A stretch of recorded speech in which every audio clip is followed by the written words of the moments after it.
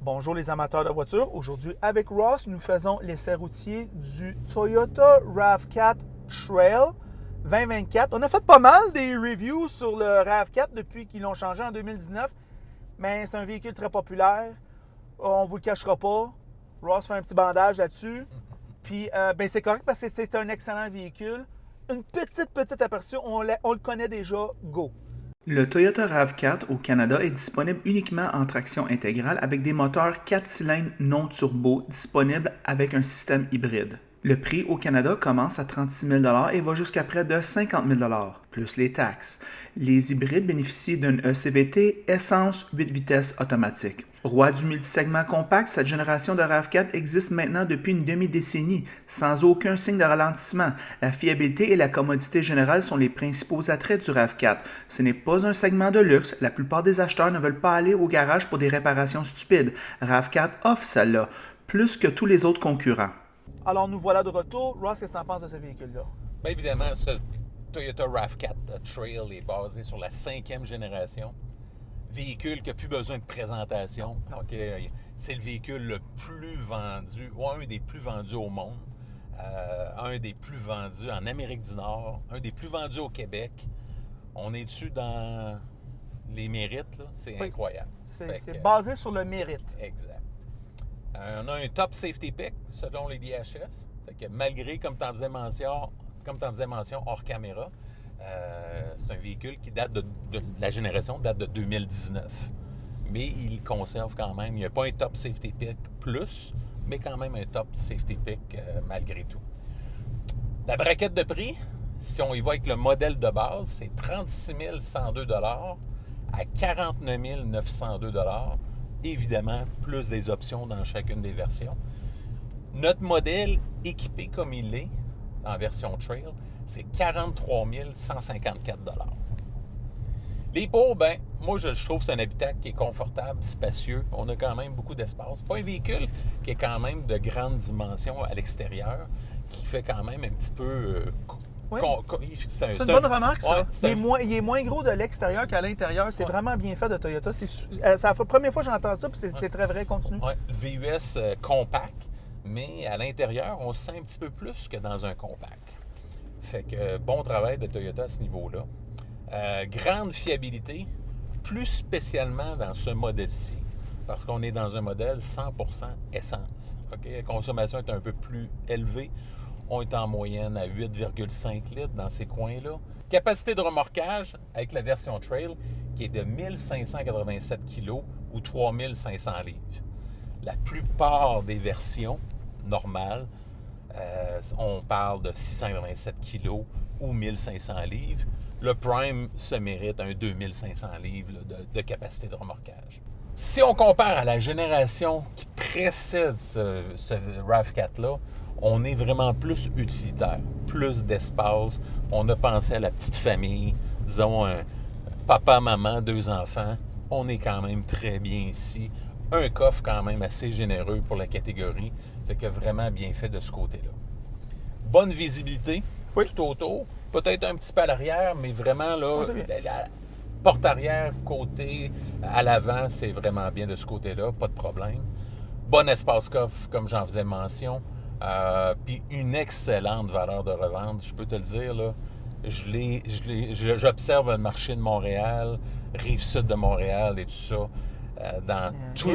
Non, dans toutes les catégories, là, je peux te dire, même avec des concurrents près du Toyota RAV4, c'est probablement le plus cher là, dans l'usager, sans aucun doute. Les comptes, capacité hors route limitée. Même si on a une version Trail, OK? On n'est pas ici, on n'a pas un Jeep Renegade. Un peu d'hors-route, OK? Un petit peu plus de capacité de remorquage. Des plaques de protection additionnelles que les autres versions n'ont pas. C'est cute. Exact. Un peu plus robuste, mais rien de plus, là. Fait que on va pas faire là, un pari d'accord avec ce type de véhicule-là. C'est pas la mission première de ce Toyota RAV4 Trail. La direction, j'aurais aimé qu'elle soit un petit peu moins floue, plus précise un petit peu. J'aurais aimé avoir un meilleur feedback, une meilleure rétroaction là, de la direction. L'insonorisation, lorsqu'on accélère,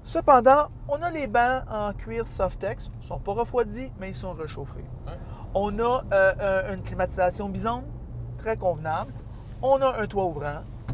On a des sièges qui sont... Regarde, moi, j'aime pas les sièges Toyota, mais je dois dire que pour une demi-heure, 1 heure, ils sont corrects. Puis, c'est particulier à moi. Il y a d'autres personnes qui les trouvent très confortables. Fait que c'est important de le mentionner. On a ici la convenance du VUS compact, Ross, que tout le monde...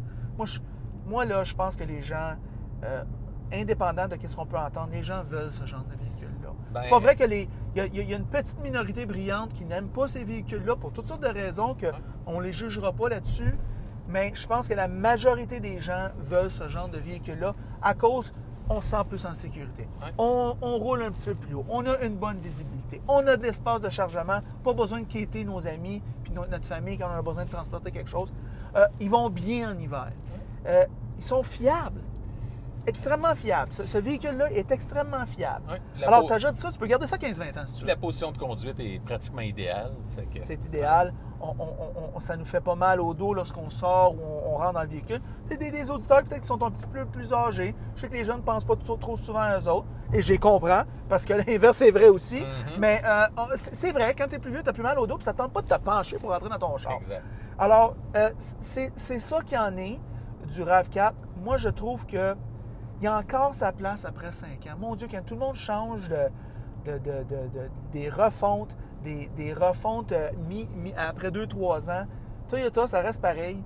Puis quand ils font quelque chose, ils le font bien. C'est ça, c'est très minime. Puis regarde, c'est ça. C'est ça. Puis c'est ce que les clients veulent. Parce qu'en jugeant des ventes, c'est ça qu'il en est. Puis aussi, je pense que une autre façon de dire que c'est un bon véhicule, bien, c'est celle que les voleurs recherchent. OK, Malheureusement. Les voleurs, c'est des crosseurs, mais c'est aussi des petits futés. Puis ils savent ici qu'il n'y a pas grand-chose qui est fait pour arrêter les vols. Alors, ils vont voler les VUS, puis ils vont voler les meilleurs. Ça va être le RAV4, right? Alors, c'est de même, ça marche. Ross, je dois encore le chaudement recommander à l'achat. Ouais. Moi, je l'ai acheté ça dans le use correct. Tu peux l'acheter use, mais achète-toi dans ça neuf. Entretiens les dons de jour 1. Puis garde-les tant et aussi longtemps que vous voulez. Puis à un moment donné, vos enfants vont grandir. Puis ça va faire un beau véhicule à leur donner. Quand eux autres vont voir leur petite famille ou leur vendre pas cher, ils vont pouvoir probablement l'utiliser encore 5-10 ans. Ça va leur donner un break au niveau des finances personnelles. La location, ben oui, tu peux le louer, pas de problème. Mais je pense que c'est plus quelque chose que j'achèterais. Mais si tu veux le louer, loue-le. Ross, tes pensées finales? Moi, je suis un peu comme toi. Ce véhicule-là, surtout le modèle version essence, pas d'hybridation, pas d'hybride branchable, c'est un véhicule qui va durer facilement, selon moi, bien entretenu, 2 décennies.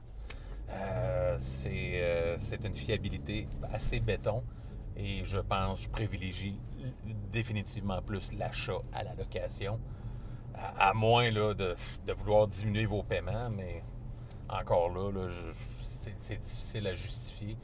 Pensez à long terme lorsque vous achetez un Toyota RAV4. Je vais faire une remarque. Il y a un chroniqueur anglophone du Canada qui appelle ça les gens, quand ils achètent un Toyota, ils vont faire un dépôt à la banque de Toyota. Comprends-tu? Cette fiabilité-là, elle est dans la tête des gens. Puis on oublie en tant que chroniqueur, souvent les chroniqueurs et des gens qui sont on va dire des fanatiques de voitures, ils oublient que pour beaucoup de gens, ils ne sont pas des fans de voitures. Ils veulent se rendre de point A à point B, puis ils veulent que ça marche, puis ils ne veulent pas se faire gosser, puis ils n'ont pas besoin de le dernier cri, ils veulent quelque chose qui marche. Puis Toyota, bien, ils livrent la marchandise, ça se reflète dans les ventes, ça se reflète dans la qualité. Et puis c'est ça notre essai routier du Toyota RAV4 2024 Trail. En passant, si vous aimez la vidéo, aimez-la. Si vous ne l'aimez pas, aimez-la pas. Puis si vous l'aimez beaucoup, mais franchement, abonnez-vous à la chaîne. Et c'est tout.